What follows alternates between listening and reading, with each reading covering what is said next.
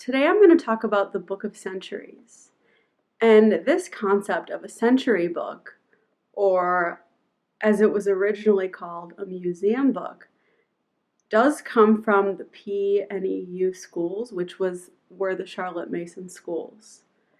So I believe it originally started as something called a museum book, where the children would either go to the British Museum or they would look at catalogs from the British Museum. And if you're not familiar with the British Museum, it houses a lot of artifacts, historical artifacts from Egypt. Yeah, they're big. It's been a really long time since I visited it, but the big exhibit they had was the Egyptian artifacts. But they have artifacts from prehistoric times, from several hundred years ago, and just from all sorts of time. So I believe the children would go there and they would sketch in this century book one of the artifacts. So the way the book works is each 2-page spread represents 100 years or 1 century. And on one side there's a timeline where you write in the appropriate place. It's sort of a timeline chart, like the event or artifact or person who lived during that time. And then on the other side, you can sketch in pen and ink a picture to go along with it. Yeah, not only does it give the students a view of history or the long view of time, but it kind of helps them make connections or draw relations between what was going on at one time and what else was going on at one time. It kind of reminds me of, if you've ever looked at the Genevieve Foster history book, she'll do a drawing where there's like a historical figure and then like another historical figure that was around at that time, but she'll draw that person at the actual age that they were. So it's like, St. Paul was 5 years old when this was happening, and she'll actually draw him as a 5-year-old. So it's kind of interesting. You don't really see that too often.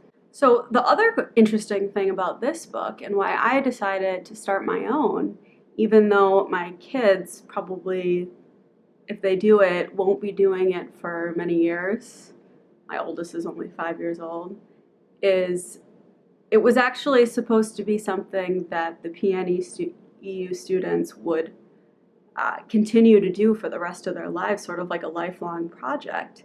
And this really appealed to me because I do like drawing and I've always tried to get into it, but I never felt like I knew what to draw or exactly what I was drawing for.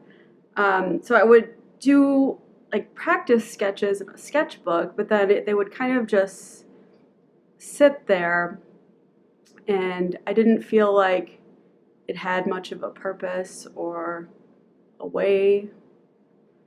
I didn't feel like it had much of a purpose just sitting in a sketchbook. Like I was never going to look at it again, or it was just going to get thrown away or something like that. And then I never felt like I was good enough at drawing to make a drawing that was going to go up on my wall. Like I just wasn't comfortable displaying artwork in that way. Yeah, so when I heard about this concept of the century book, I thought it sounded like a really good project because there's no rush to finish, and it's something that you can kind of use to practice drawing, and it serves a purpose of kind of documenting your reading and your historical sense, I suppose.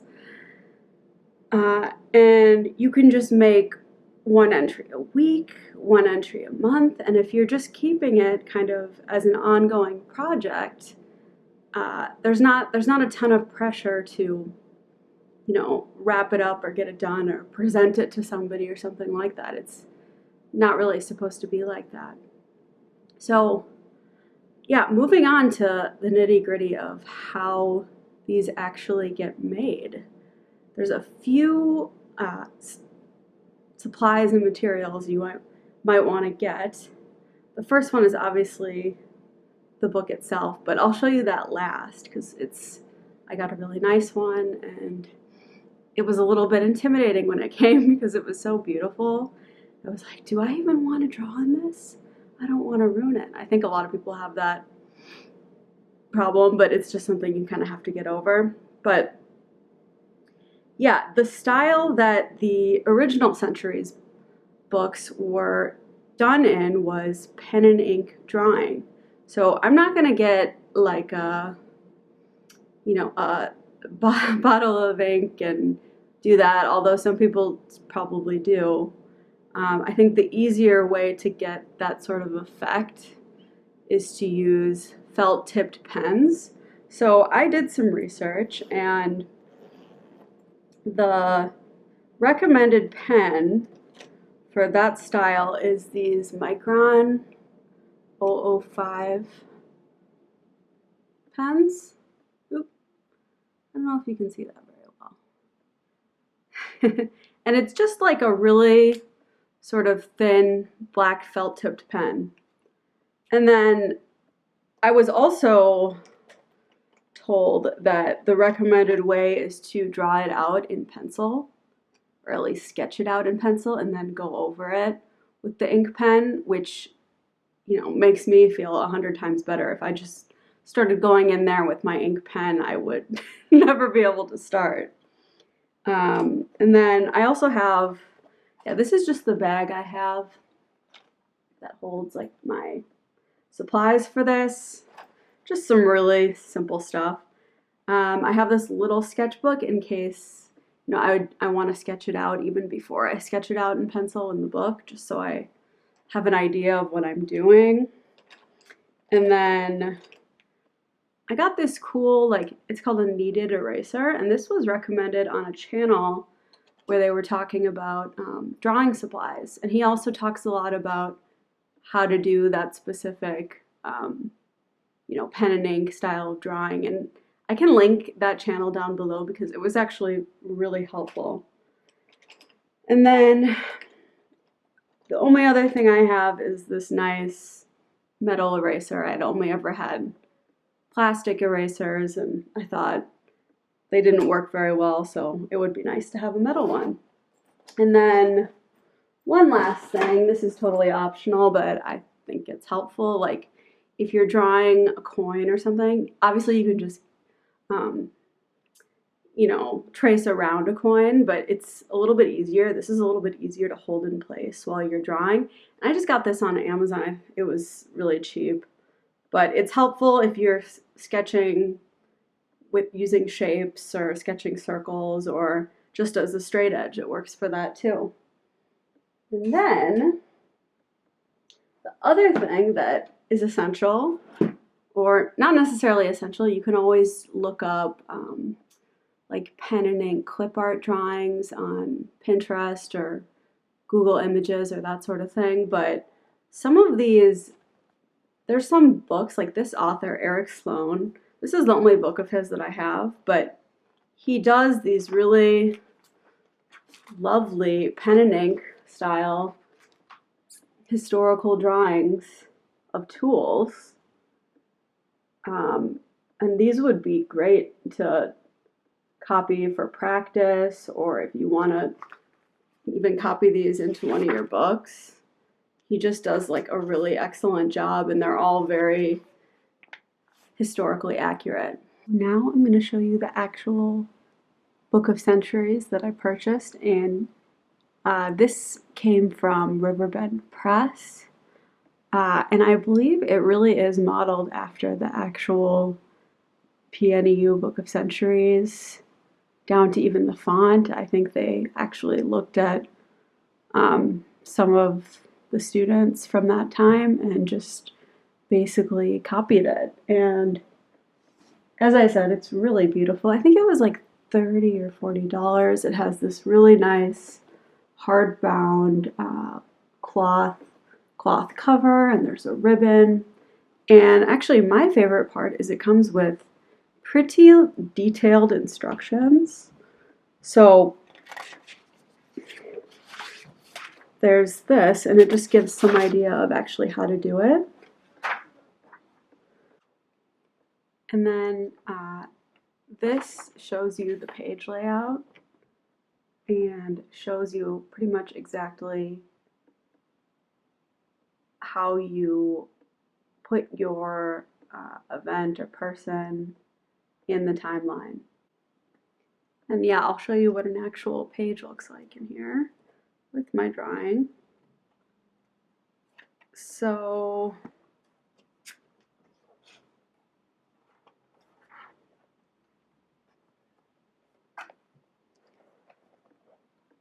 you see on one side, there's the timeline, and that's where I wrote the person.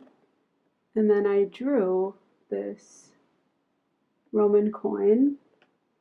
And then this comes from, I'm reading Suetonius, the 12 Caesars. Really interesting if you want to read about what like Nero and Caligula were like and all of that sort of thing. It's definitely interesting, kind of surprising. And then, oh, and then this was also really helpful. They included this bookmark so you can, it shows you where to mark on the timeline because each line actually represents like 5 years. So this is super helpful too. So you're marking the right spot. Let's see, and I can show you, I only have like 3 drawings in here so far because I only got this about a month ago, but hopefully it will be fuller in time. So I have my drawing of Solomon's Temple. Yeah, so I have one more drawing in here, and it is the Gutenberg printing press. I kind of like this drawing. And I think I just looked up some clip art of the Gutenberg printing press and kind of copied it. So it doesn't have to be anything strikingly original. And then I put in the death of St. Francis of Assisi, and I'd like to draw either like a picture of him or something related to that, because I was just reading about him. So yeah, that's all I have for that so far, and you know, maybe in a few months or a year I can kind of update you on where I'm at with my drawings. And yeah, let me know if you have any questions about doing this or if you've done it yourself and what your experience of that was like. And